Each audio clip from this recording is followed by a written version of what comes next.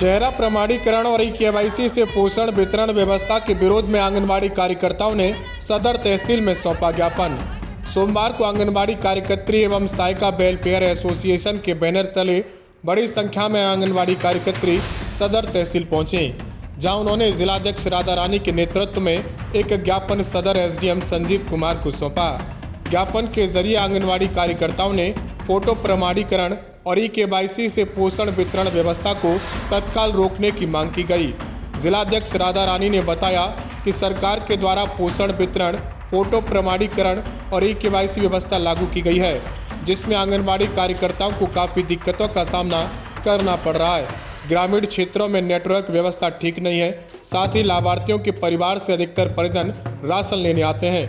गर्भवती महिलाओं को अपनी स्वास्थ्य संबंधी समस्याओं और अधिकतर प्रसव सीजर से होने के कारण उनकी जगह उनके परिजन आते हैं। इसके अलावा 90% लाभार्थियों के आधार कार्ड बहुत पहले या शादी के बने हुए हैं, जिसके चलते चेहरे में बदलाव आने के कारण चेहरा प्रमाणीकरण नहीं हो पाता है।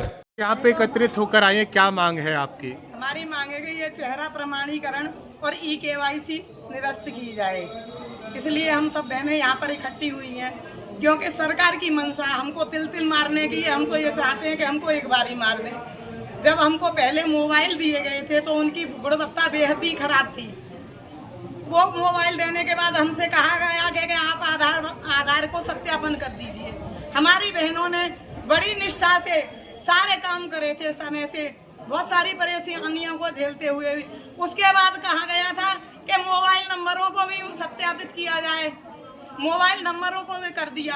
अब एक नई व्यवस्था सरकार ने हमारे ऊपर थोपी है, वो है चेहरा प्रमाणीकरण और ई-केवाईसी। इसमें हमारी बहनों को बहुत सारी परेशानियां आ रही हैं।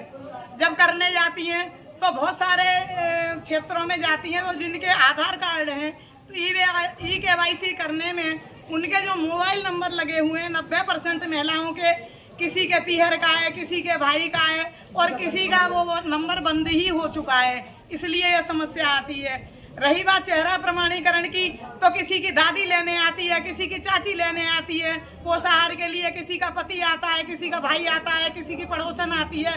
तो ऐसे में चेहरा प्रमाणीकरण के साथ कैसे पोषाहार की व्यवस्था बन पाएगी? इसलिए मेरा सरकार से अनुरोध है कि इसे जल्द से जल्द बंद किया जाए। क्या नाम है आपका? मेरा नाम सावित्री है। मैं कासगंज जिला से हूँ। सावित्री, आज यहाँ कासगंज की तहसील में आई, क्या समस्या है आपकी? हमारी समस्या ये है कि जो चेहरा प्रमाणीकरण करवाया जा रहा है, ये हमारे ऊपर जबरदस्ती काम करवाया जा रहा है। ना इसका हमें रिचार्ज मिलता है मोबाइल का। क्या हम जो 6000 में रिचार्ज भी करवाएं मोबाइल का, और क्या कहते हैं, जब आधार प्रमाण सत्यापित करवा लिया, मोबाइल सत्यापित करवा लिया, फिर क्या ज़रूरत है इस चेहरा प्रमाणीकरण की और केवाईसी करवाने की? हमें इतना परेशान कर लिया है। हमारे जो लाभार्थी हैं मजदूर वर्ग के आते हैं, वो बाहर काम करने चले जाते हैं। ओटीपी लेनी है तो हम क्या उनसे फ़ोन करके ओटीपी लें? हम बहुत परेशान हैं, हमारा काम नहीं हो रहा है। किसी भी कोशिश करें, हमारा काम नहीं हो रहा और हम ये नहीं कर पाएंगे, किसी भी हालत में नहीं कर पाएंगे। 6000 रुपये